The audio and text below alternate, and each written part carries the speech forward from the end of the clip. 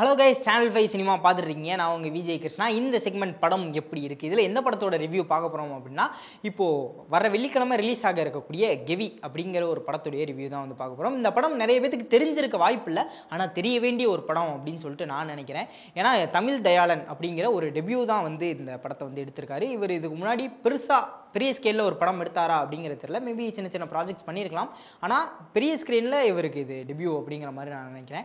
ஏன்னா ஒரு சூப்பரான ஒரு கதை வந்து கொண்டு வந்திருக்காங்க. ஏன் எல்லாரும் பார்க்க வேண்டிய படம் அப்படின்னு சொல்லிட்டு நான் சொல்கிறேன் அப்படின்னா, இப்போது மலையில் வாழ்கிற மக்களையும் அவங்கள பற்றின கதை அப்படிங்கிறது வந்து தமிழ் சினிமாவில் நிறைய இடங்களில் அங்கங்கே பதிவு பண்ணிகிட்டே போயிட்டுருக்காங்க அப்படிங்கிற மாதிரி சொல்லாமே. ஆனாலும் அது எத்தனை படம் வந்து சக்ஸஸ் ஆகிருக்கு, எத்தனை படம் வந்து வெளியே தெரிஞ்சிருக்கு அப்படிங்கிறது வந்து தெரியல. இந்த படமும் அதே மாதிரி உண்மையிலேயே நம்ம கொடைக்கானல் பக்கத்தில் இருக்கக்கூடிய ஒரு வெள்ளகெவி அப்படிங்கிற ஒரு கிராமத்தை பற்றின, அதை பேஸ் பண்ண ஒரு உண்மை சம்பவத்தை பற்றின கதை தான் வந்து இந்த படம். அதை வந்து ஒரு சின்ன சின்ன டிஸ்கிரிப்ஷனாக கடைசியில் ஒரு வீடியோவாகவே கூட படம் முடிஞ்சதுக்கப்புறம் போட்டு காட்டியிருக்காங்க இந்த எண்ட் கார்ட்ஸில், எண்ட் கிரெடிட்ஸில். ஸோ என்ன நடந்தது அப்படிங்கிறத வந்து சொல்லலாம். ஃபஸ்ட் அந்த வில்லேஜ் வந்து எப்படி இருக்கும் அப்படிங்கிற சொல்லலாம். இந்த கெவிங்கிற வில்லேஜ் வந்து எதற்காக ஃபேமஸ் அப்படின்னு பார்த்தீங்கன்னா, அங்கே இருக்கிற மக்கள் ஃபாலோ பண்ணக்கூடிய அவங்களோட ஒரு யூனிக்கான ட்ரெடிஷ்னல் அப்படிங்கிற மாதிரி சொல்லலாம். யாருமே வந்து செருப்பு போட மாட்டாங்க, இந்த மாதிரி ஒரு சில யூனிக்கான ட்ரெடிஷ்னல்லாம் வந்து இருக்குது, அந்த மக்கள் ஃபாலோ பண்ணிக்கிட்டு இருக்கிறது. அதே மாதிரி அவங்களோட வாழ்க்கையில் அவங்க பேசுகிற விதம், அவங்க பேசுகிற ஸ்லாங், அது எல்லாமே வந்து ரொம்ப டிஃப்ரெண்ட்டாக இருக்கும். அதையும் வந்து காட்டியிருக்காங்க. அவங்களோட வாழ்வியல் வந்து எப்படி இருக்கும் அப்படிங்கிறதையும் வந்து காட்டியிருக்காங்க. அவங்களில் ஒரு ஆள் தான் வந்து நம்ம ஷீலா மேம் வந்து நடிச்சிருக்கக்கூடிய ஒரு கேரக்டர். அதுக்கப்புறம் அவங்களுக்கு ஹஸ்பண்ட் ஆவார். இதில் எனக்கு தெரிஞ்சு பெரிய கேஸ்டிங் அப்படின்னு பார்த்தீங்கனாலே ஷீலா மேம் மட்டும்தான் அப்படின்னு நினைக்கிறேன். அதுக்கடுத்து இருக்கவங்களாம் நிறைய பேத்துக்கு நம்ம யாருன்னே வந்து முகம் தெரியாது, எல்லாருமே வந்து நியூ ஃபேஸ் ஆக்டர்ஸ் தான். அதுக்கப்புறம் நம்ம ஜாக்லின் இருக்காங்க இல்லையா, விஜய் டிவி ஜாக்லின், அவங்க வந்து இந்த படத்தில் ஒரு இம்பார்ட்டண்ட்டான ஒரு டாக்டர் ரோல் வந்து பண்ணியிருக்காங்க. ஸோ இந்த படத்துடைய ஒன்லைன் என்ன அப்படின்னு பார்த்தீங்கன்னா, இதே மாதிரி மலையில் வாழ்ந்துக்கிட்டு இருக்கக்கூடிய ஒரு மக்கள், அவங்களுக்கு சரியான அந்த ரோடு வசதி இல்லை. அது மட்டும் இல்லாமல் அங்கே இருக்கக்கூடிய போலீஸ் ஆஃபீஸர்ஸும் அவங்களுக்கு ஆப்போசிட்டாக தான் இருக்காங்க. என்ன நீங்கள் மலையில் தானே இருக்கீங்க, இந்த ஊர்க்கார பண்ணி அப்படிங்கலாம் சொல்கிற மாதிரியான ஒரு இல்ட்ரேட் பண்ணுறாங்க அவங்க எல்லாரையும் அப்படிங்கிற மாதிரி தான் அந்த போலீஸ்காரங்க எல்லாரையும் வந்து காட்டியிருப்பாங்க. அவங்களுக்கு ஒரு முக்கியமான கட்டத்தில் நம்ம ஹீரோயின் இருக்காங்க இல்லையா, அவங்க ப்ரெக்னெண்ட்டாக இருக்காங்க, அவங்களுக்கு பிரசவ வலி வருது. அங்கே ரோடும் இல்லை, அந்த சரியான ஃபெசிலிட்டிஸ் இல்லை. அவங்கள ஹாஸ்பிட்டலுக்கு கொண்டு வந்தாங்களா இல்லையா, டோலி கட்டி தான் வந்து தூக்கிட்டு வர வேண்டியது இருக்கும். அந்த ஒரு 7 கிலோமீட்டர்ஸ் அந்த மாதிரி அவங்கள கொண்டு வந்து சேர்த்தாங்களா இல்லையா அப்படிங்கிறதான் வந்து இந்த படத்துடைய ஒன்லைன். இந்த விஷயத்தை எந்த அளவுக்கு இன்டென்ஷனலாக, எந்த அளவுக்கு த்ரில்லாக வந்து காட்ட முடியுமோ அந்த அளவுக்கு சூப்பராக வந்து டைரக்டர் காட்டியிருக்காரு அப்படின்னு சொல்லிட்டு சொல்லலாம். அதை தாண்டி நான் முக்கியமாக மென்ஷன் பண்ணியே ஆகணும் அப்படின்னு சொல்லி நினச்ச ஒரு விஷயம் வந்து என்னென்னு பார்த்தீங்கன்னா, இந்த படத்துடைய சினிமோட்டோகிராஃபி. நிறைய ஷார்ட்ஸ் வந்து டிஃப்ரெண்ட்டாக வச்சுருக்காங்க. நிறைய அந்த மலையை, அந்த நேச்சரை காட்டுற எல்லா ஷார்ட்ஸுமே வந்து அவ்வளோ அழகாக இருக்குது. அதுலேயும் டைலாக்ஸ்லாம் வந்து அடுத்து நிறைய சொல்லியிருப்பாங்க. இந்த மலை தாய் வந்து நம்ம எல்லாரையும் தாங்கிக்கிட்டு இருக்கா அப்படிங்கிற மாதிரி அந்த நேச்சரை ப்ரைஸ் பண்ணக்கூடிய டைலாக்ஸ் மாதிரி நிறைய விஷயங்கள் வந்து நீங்கள் பார்க்க முடியும் இந்த படத்தில். அந்த ஒரு வில்லேஜில் இருக்கக்கூடிய எல்லா மக்களுமே வந்து அந்த நேச்சர் கூட அவ்வளோ அந்தளவுக்கு ஒன்றி வாழ்கிறாங்க அப்படிங்கிறதான் வந்து ஒரிஜினல் வில்லேஜ்லேயும் ஸ்பெஷல் வந்து அதுதான். இப்போது ரியல் லைஃப்பில் இருக்கிற வில்லேஜுகளையும் ஸ்பெஷல் அதுதான். அதை எந்த அளவுக்கு அக்யூரேட்டாக கொண்டு வர முடியுமோ அந்த அளவுக்கு சூப்பராக கொண்டு வந்திருக்காங்க அப்படின்னு சொல்லலாம். சினிமோட்டோகிராஃபி இந்த படத்துக்கு ரொம்ப சூப்பரான ஒரு பாசிட்டிவ் அப்படிங்கிற மாதிரி சொல்லலாம்.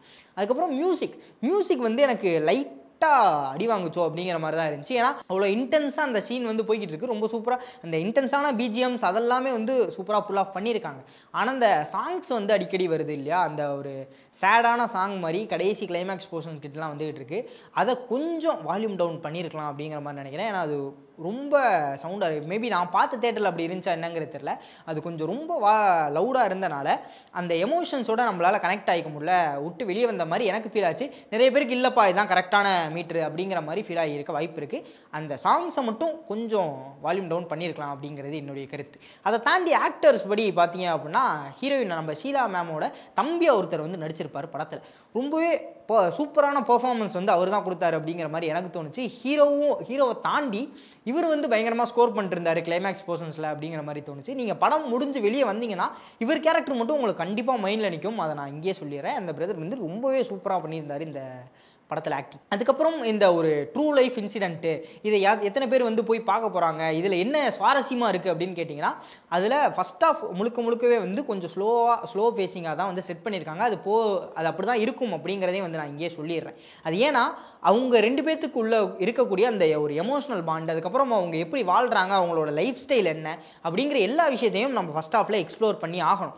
அது மட்டும் இல்லாமல் கீழே அவங்க டவுனுக்கு போனாலும் கூட டவுனில் இருக்க மக்கள் வந்து அவங்க எப்படி பார்க்குறாங்க, அவங்களோட பார்வை வந்து எந்த மாதிரி இருக்குது அப்படிங்கிறதையும் வந்து ஃபஸ்ட் ஹாஃப் ஃபுல்லுமே எக்ஸ்பிளைன் பண்ணியிருக்காங்க. அந்த எக்ஸ்ப்ளனேஷன் நமக்கு புரியணும், அந்த கேரக்டர் அண்டர்ஸ்டாண்ட் ஆகணும்.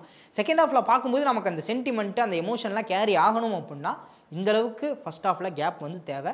அதை கொஞ்சம் ஷார்ட் அவுட் பண்ணியிருக்கலாமோங்கிற மாதிரி எனக்கு ஃபீல் ஆச்சு. எனக்கும் கொஞ்சம் லாகியாக ஃபீல் ஆச்சு. அது தப்பு இல்லை, அந்த விஷயம் வந்து தேவை. நிறைய பேத்துக்கு வந்து அந்த எமோஷன் கனெக்ட் ஆகணும்னா இந்த கேப் தேவை. என்னையை பொறுத்த வரைக்கும் கொஞ்சம் ட்ரிம் பண்ணியிருந்தால் நல்லா இருந்திருக்கும் அப்படிங்கிற மாதிரி நினைக்கிறேன். மற்றபடி இந்த இங்கே கொடுத்தாங்க இல்லையா, கொஞ்சம் லேக் ஃபீல் ஆச்சு இல்லையா, ஒரு சொட்டு கூட லேக் ஃபீல் ஆகாத மாதிரி second half full and full ஆரம்பத்துலேருந்தே வந்து உங்களுக்கு பரபரன்னு தான் போய்கிட்டு இருக்கும்.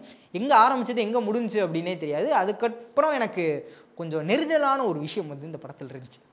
என்னென்னு பார்த்தீங்கன்னா, நிறைய படங்கள் நம்ம வந்து இது ஒரு மேபி இது ஒரு ஸ்பாய்லராக இருக்கலாம். படம் முடிஞ்சு வெளியே வர்றீங்க அப்படின்னு பார்த்தீங்கன்னா உங்களுக்கு ஒரு சாட்டிஸ்ஃபேக்ஷன் இருக்கும் இல்லையா, சூப்பர் நல்ல வேலைப்பா அப்படிங்கிற மாதிரி அந்த ஒரு சாட்டிஸ்ஃபேக்ஷன் முடிக்காது. என்னடா இது, ஏன் எப்படி முடிச்சிட்டாங்க அப்படிங்கிற மாதிரி ஒரு உறுத்தலோடையே தான் வந்து நீங்கள் வெளியே வருவீங்க அந்த படம் முடிஞ்சு வரும்போது. ஆனால் எனக்கு இந்த படத்துக்கு இப்படி ஒரு விஷயம் தான் கண்டிப்பாக தேவை அப்படிங்கிற மாதிரி நான் நினைக்கிறேன். ஏன்னா அவங்களுடைய ஒரு முக்கியமான விஷயம் என்ன, முக்கியமான கோரிக்கை என்னவா இருக்குது அப்படின்னு பார்த்தீங்கன்னா, அந்த ஊருக்கு சரியான ஒரு ரோடு வசதி இல்லை அப்படிங்கிறது தான்.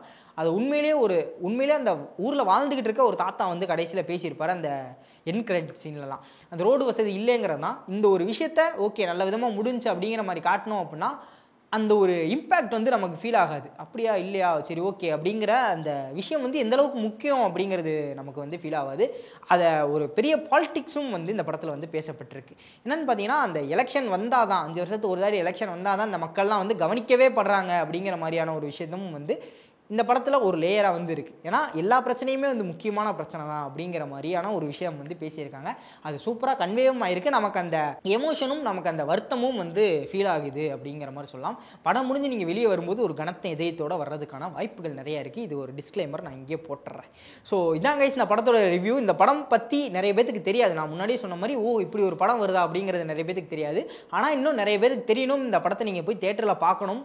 அப்படி இல்லைனாலும் அவங்களோட அந்த பெயின் என்ன அப்படிங்கிறத வந்து பதிவு பண்ண ட்ரை பண்ணியிருக்காங்க. இது ஒரு பதிவு அப்படிங்கிற மாதிரி நான் சொல்லிடுறேன். மறுபடியும் சொல்கிறேன், இது ஒரு படம் இல்லை, இது ஒரு பதிவு.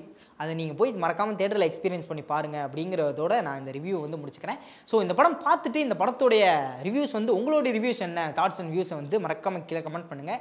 கண்டிப்பாக டிசப்பாயிண்ட் ஆக மாட்டீங்க அப்படின்னு சொல்லிட்டு நான் நினைக்கிறேன். ஸோ இதே மாதிரி இன்னொரு ஆசமான ரிவ்யூவில் உங்களை வந்து சந்திக்கும் வரை விடைபெற்றுக் கொள்வது நான் உங்கள் விஜய் கிருஷ்ணா. சரிங்களா, பாய்.